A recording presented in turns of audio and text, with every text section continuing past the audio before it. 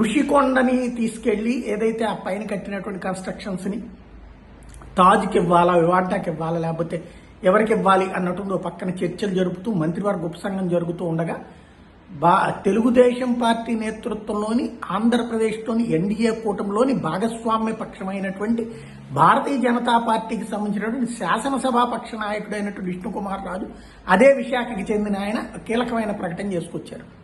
అది దాన్ని వీళ్ళకి ఇవ్వద్దు, హోటళ్ళకి ఇవ్వద్దు, సాధారణ ప్రజలకి దూరం చేయొద్దు, సాధారణ ప్రజలకి అందుబాటులో తీసుకురండి అన్నది. ఎందుకంటే ఒకప్పుడు అక్కడ టూరిజానికి సంబంధించి అందరం తినడానికి ఇటుకి పోయేవాళ్ళు మామూలుగా. అట్లాంటిది ఇప్పుడు స్టార్ హోటల్స్కి ఇస్తే అందులో 5 స్టార్లు 7 స్టార్ రేంజ్లోకి పోతే కనుక సామాన్యుడు ఎవడు వెళ్ళలేడు కాబట్టి అట్లాంటిది వద్దు అన్నటువంటిది ఆయన కోరుతా వచ్చారు.